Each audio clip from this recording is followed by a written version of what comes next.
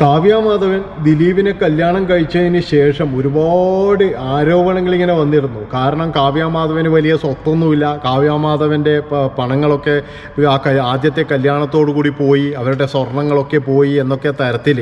അത് പറയാനുള്ള കാരണം എന്താണെന്ന് വെച്ച് കഴിഞ്ഞാൽ, ആദ്യത്തെ വിവാഹത്തിന് കാവ്യ മാധവനെ കാണാൻ കഴിയുന്നില്ലായിരുന്നു. അത്രത്തോളം സ്വർണ്ണം ഇട്ടിട്ടായിരുന്നു കാവ്യ മാധവൻ വിവാഹ പന്തലിലേക്ക് വന്നത്. പക്ഷേ രണ്ടാമത് ദിലീപിനെ കല്യാണം കഴിക്കുമ്പോൾ സ്വർണം എന്ന് പറഞ്ഞിട്ട് കുറച്ചെന്തോ കഴുത്തിൽ ഉണ്ടെന്നല്ലാതെ ഒരു ആർഭാടമായിട്ടുള്ള ഒരു കല്യാണമല്ലായിരുന്നു.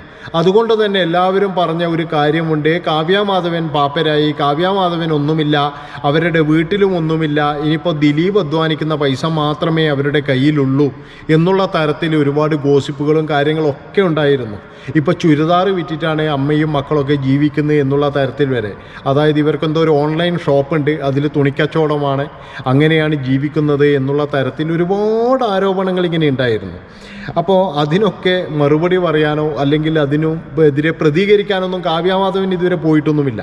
പക്ഷെ ഇന്ന് കാവ്യമാധവൻ്റെ ആ ഒരു സ്വത്ത് ശേഖരത്തിൻ്റെ വിവരം വന്നപ്പോൾ എല്ലാവരും ഞെട്ടിപ്പോയി. അതായത് ശരിക്കും 500 പവൻ, അതും തനി തങ്കം, അങ്ങനെയുള്ള കുറേ സ്വർണത്തിൻ്റെ കണക്കുകളും കുറേ എന്താ പറയുക, ഒരുപാട് സ്വത്തിൻ്റെ കണക്കുകളാണ് ഇങ്ങനെ പുറത്തു വന്നുകൊണ്ടിരിക്കുന്നത്. അപ്പോൾ എല്ലാവരോടും പറയാനുള്ള ഒരു കാരണം എന്താണെന്ന് വെച്ച് കഴിഞ്ഞാൽ, കാവ്യമാധവൻ സിനിമയിൽ ഇറങ്ങുമ്പോൾ തന്നെ ലക്ഷങ്ങളാണ് പ്രതിഫലം വാങ്ങിക്കാറ്. അതായത് മറ്റെല്ലാ നടിമാരും 1-2 ലക്ഷം വാങ്ങിക്കുമ്പോൾ അന്നത്തെ കാലത്ത് കാവ്യമാധവൻ വാങ്ങിക്കുന്നത് 5 ലക്ഷം, അതുപോലെ 10 ലക്ഷം രൂപയൊക്കെ ആയിരുന്നു. രണ്ടാമത് സിനിമയിൽ വന്നപ്പോഴും കാവ്യമാധവൻ്റെ പ്രതിഫലം 20 ലക്ഷത്തോളം രൂപയായിരുന്നു. ഗദ്ദാമ പോലെയുള്ള സിനിമ കഴിഞ്ഞതിന് ശേഷം കാവ്യമാധവൻ്റെ പ്രതിഫലം കുത്തനെ ഉയർന്നു എന്നാണ് പറയുന്നത്. അപ്പോൾ ഇത്രയൊക്കെ ആസ്തി ഉണ്ടാകാനുള്ളൊരു കാരണം, കാവ്യമാധവൻ എവിടെയും പൈസ അങ്ങനെ വെറുതെ കളഞ്ഞിട്ടില്ല. അവർ നല്ല രീതിയിൽ പൈസ സൂക്ഷിച്ചിട്ടുണ്ട് എന്നുള്ളതിൻ്റെ ഏറ്റവും വലിയൊരു തെളിവാണ് ഇപ്പോഴവർക്കുണ്ടായ കുറേ സ്വർണങ്ങളും ഇതൊക്കെ.